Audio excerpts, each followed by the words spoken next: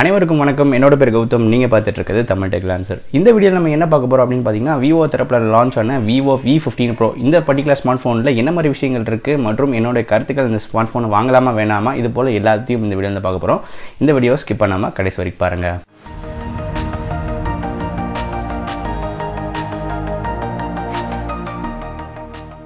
So Vivo தரப்புல இருந்து பாத்தீங்கன்னா V சீரிஸ்ல மறுபடியும் ஒரு ஸ்மார்ட் போன் லான்ச் பண்ணிருக்காங்க. இதுக்கு முன்னாடி அதோட ப்ரெடிசெசர் பாக்கும்போது Vivo V11 Pro வந்து இருந்தது. சோ அதுல இருந்து இந்த ஸ்மார்ட் போன் என்ன வகையில வந்து அப்கிரேட் இருக்கு அப்படின்றது எல்லாத்தையும் இந்த பாப்போம். இந்த பர்టిక్యులர் ஸ்மார்ட் போன்ல உங்களுக்கு பாக்கும்போது 6.3 இன்ச் கொண்ட சூப்பர் AMOLED பேனல் வந்து கொடுக்கறாங்க. அது மட்டும் இல்லாம அவங்க சொல்றது பாத்தீங்கன்னா இது வந்து அல்ட்ரா வியூ டிஸ்ப்ளே அப்படின்ற மாதிரி அவங்க தரப்புல இருந்து சொல்றாங்க. இதுல பாத்தீங்கன்னா நாட்ச் எதுவுமே வந்து கிடையாது. அதுல இந்த ஸ்மார்ட் போனுடைய ஸ்கிரீன் டு பாடி ரேஷியோ வந்து பாத்தீங்கன்னா கிட்டத்தட்ட 91% வந்து இருக்கு அப்படின்ற மாதிரி சொல்றாங்க. aspect ratio வைஸ் பாக்கும்போது 19.5:9 அப்படிங்கற aspect ratio இது வந்து இருக்கு அப்படின்றத சொல்லலாம். சோ இந்த பர்టిక్యులர் ஸ்மார்ட் ஃபுல்லா நாட்ச் இல்ல ஃபுல் அண்ட் ஃபுல் பாத்தீங்கன்னா உங்களுக்கு டிஸ்ப்ளே தான் ஃபுல்லா இம்மர்சிவ் டைப்ல வந்து இருக்கு. சோ இதுல இருக்க சென்சார்ஸ் எல்லாம் எங்க இருக்கும் அப்படினு பாத்தீங்கன்னா ப்ராக்ஸிமிட்டி சென்சாரா இருக்கும், லைட் சென்சார்ஸா இருக்கட்டும் எல்லாமே வந்து பாத்தீங்கன்னா போனுக்கு பின்னாடி வந்து இருக்கு அப்படின்ற மாதிரி அவங்க தரப்புல இருந்து மென்ஷன் பண்ணிருந்தாங்க.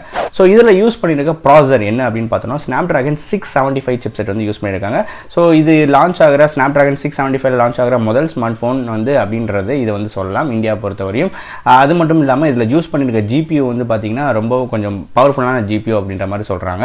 இது வந்து பாத்தீங்கன்னா கேமிங்க்கு ரொம்பவே யூஸ்ஃபுல்லா இருக்கும். அது போக உங்களுக்கு வெப் ப்ரௌசிங் பண்ணும்போது 60% உங்களுக்கு ஃபாஸ்டரா வந்து இருக்கும் அப்படின்ற மாதிரி சொல்றாங்க previous versions ல இருந்து. சோ இதுல வர வேரியன்ட் வந்து பாத்தீங்கன்னா 6GB வேரியன்ட் மட்டும் கொடுக்கறாங்க. 6GB RAM 128GB onboard storage இது வந்து வருது அப்படின்னு சொல்லலாம். இந்த Vivo V15 Pro ல வந்து பாத்தீங்கன்னா உங்களுக்கு AMOLED சூப்பர் AMOLED பேனல் வந்து கொடுத்திருந்தாங்க அப்படின்னு சொல்லியிருந்தேன். சோ இந்த சூப்பர் AMOLED பேனலுக்கு சப்போர்ட் பண்ணக்கூடிய உங்களுக்கு in-display fingerprint sensor வந்து கொடுத்திருக்காங்க.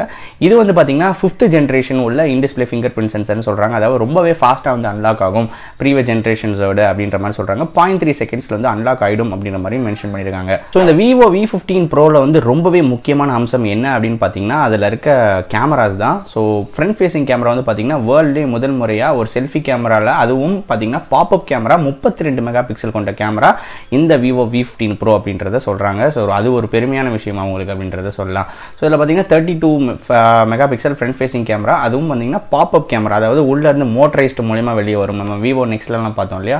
சோ அதே மாதிரி மாடல் தான். So but 32 mega pixel front facing camera வந்து கொடுக்குறாங்க. சோ பேக் சைடு வந்து பார்க்கும்போது உங்களுக்கு ட்ரிபிள் கேமரா செட்டப் வந்து கொடுத்துருக்காங்க. சோ அதுல என்னென்ன மாதிரி கேமரா சென்சர்ஸ் வந்து இருக்கு அப்படின்றத பார்ப்போம். ஒன்று வந்து பாத்தீங்கன்னா 5 mega pixel depth sensing camera கொடுத்துருக்காங்க. இன்னொன்று பாத்தீங்கன்னா 8 மெகா பிக்சல் கொண்ட ஒரு வைட் ஆங்கிள் லென்ஸ் வந்து கொடுத்துருக்காங்க. இது வந்து பாத்தீங்கன்னா 120 டிகிரி ஆங்கிள் வரைக்கும் இதெல்லாம் வந்து எடுக்க முடியும் பிக்சர்ஸ் எல்லாம் அப்படின்ற மாதிரி மென்ஷன் பண்ணிருக்காங்க. இன்னொன்று வந்து பாத்தீங்கன்னா உங்களுக்கு 48 மெகா பிக்சல் கொண்ட ஒரு கேமரா அப்படின்னு சொல்லியிருக்காங்க. பட் இது வந்து பாத்தீங்கன்னா ஒரிஜினலா வந்து 48 மெகா பிக்சல் கிடையாது. ஸோ சாம்சங்கோடைய ISO சென்சர் தான் இதில் வந்து யூஸ் பண்ணியிருக்காங்க. ஸோ அதில் வந்து பார்த்தீங்கன்னா உங்களுக்கு மேக்ஸிமம் 12 மெகா பிக்சலுக்கு உண்டான ஒரு எஃபிஷியன்சி தான் அந்த கேமரா. ஆல்ரெடி பார்த்தீங்கன்னா Redmi Note 7 இதான் வந்து சொல்லியிருந்தாங்க. ஸோ அதே ஒரு கான்செப்டில் தான் இது வந்து ஒர்க் ஆகும். ஸோ அதில் வந்து இது உங்கள் 14 மெகா பிக்சல் கேமரா அப்படின்ற மாதிரி மென்ஷன் பண்ணியிருக்காங்க. ஸோ அதுவும் ஒரு சூப்பரான விஷயம் அப்படின்னு சொல்லலாம். ஸோ பின்னாடி வந்து பார்த்தீங்கன்னா உங்களுக்கு அந்த கலர்ஸ் ரொம்பவே சூப்பராக இருக்குன்னு சொல்லலாம். 2 கலர்ஸ் வருது. ஒன்று வந்து பார்த்தீங்கன்னா பிளாக் மற்றும் இன்னொன்று ரெட் வந்து கொடுக்குறாங்க. ஸோ 2 கலர் வேரியன்ட்ஸ் வந்து இதில் இருந்து இருக்கு. ஸோ இந்த பர்டிகுலர் Vivo V15 Pro வந்து பேட்டரி கெப்பாசிட்டி பார்த்தீங்கன்னா 3700 mAh பேட்டரி வந்து கொடுக்குறாங்க. இதில் இருக்க உங்களுக்கு OS வந்து பார்த்தீங்கன்னா FunTouch OS 9 வெர்ஷன் வந்து கொடுக்குறாங்க. அது போக உங்களுக்கு Android 9 வந்து இதில் வந்து வந்துட்டு இருக்கு அப்படின்னு சொல்லலாம். ஸோ இதில் 3700 mAh பேட்டரி இருக்கு அப்படின்ற சொல்லியிருந்தேன். பட் இதுக்கு வந்து உங்களுக்கு ஃபாஸ்ட் சார்ஜிங் வந்து கொடுக்குறாங்க. ஃபாஸ்ட் சார்ஜிங் பார்த்தீங்கன்னா உங்களுக்கு 18 வாட்ஸ் சார்ஜர் வந்து இதில் வந்து இருக்கு அப்படின்னு சொல்லலாம். கேமரா பொறுத்தவரையும் அவங்க இன்னும் கொஞ்சம் அடிஷனலாக சொல்றது என்ன அப்படின்னு பார்த்தீங்கன்னா உங்களுக்கு சூப்பர் நைட் மோட் இருக்கு அதே மாதிரி சொல்றாங்க. அதே மாதிரி சூப்பர் வைட் ஆங்கிள் மோட் இருக்கு அப்படின்றதையும் சொல்லியிருக்காங்க. ஆர்டிஃபிஷியல் இன்டெலிஜென்ஸ் இது போல நிறைய விஷயங்கள் அந்த கேமரா வைஸ் நாங்கள் வந்து இம்ப்ரூவ் பண்ணியிருக்கோம் அப்படின்ற மாதிரி சொல்றாங்க. ஸோ இந்த சூப்பர் நைட் மோடு வந்து பார்த்தீங்கன்னா லோ லைட் ஃபோட்டோகிராஃபியில் நல்ல ஃபோட்டோகிராஃபி எடுக்கிறதுக்கு இந்த மோடு வந்து யூஸ் பண்ணுறாங்க அப்படின்ற மாதிரி மென்ஷன் பண்ணியிருக்காங்க. இப்போ நம்ம பார்க்க போகிறது Vivo V11 Pro இருந்து இந்த ஸ்மார்ட் ஃபோன் எந்த வகையில் கொஞ்சம் அப்கிரேட்ஸ் வந்து பண்ணியிருக்காங்க அப்படின்றத பார்க்கலாம். ஸோ இதில் வந்து பார்த்தீங்கன்னா Snapdragon 675 யூஸ் பண்ணியிருக்காங்க. Vivo V11 Pro வந்து பார்த்தீங்கன்னா Snapdragon 660 யூஸ் பண்ணியிருந்தாங்க. ஸோ அது ஒரு பெட்டர்மெண்ட் அப்படின்னு சொல்லலாம். அது போக உங்களுக்கு ஃப்ரண்ட் ஃபேசிங் கேமராவில் ஒரு பாப்அப் கேமரா இருக்குது, மோட்டரைஸ்ட் கேமரா.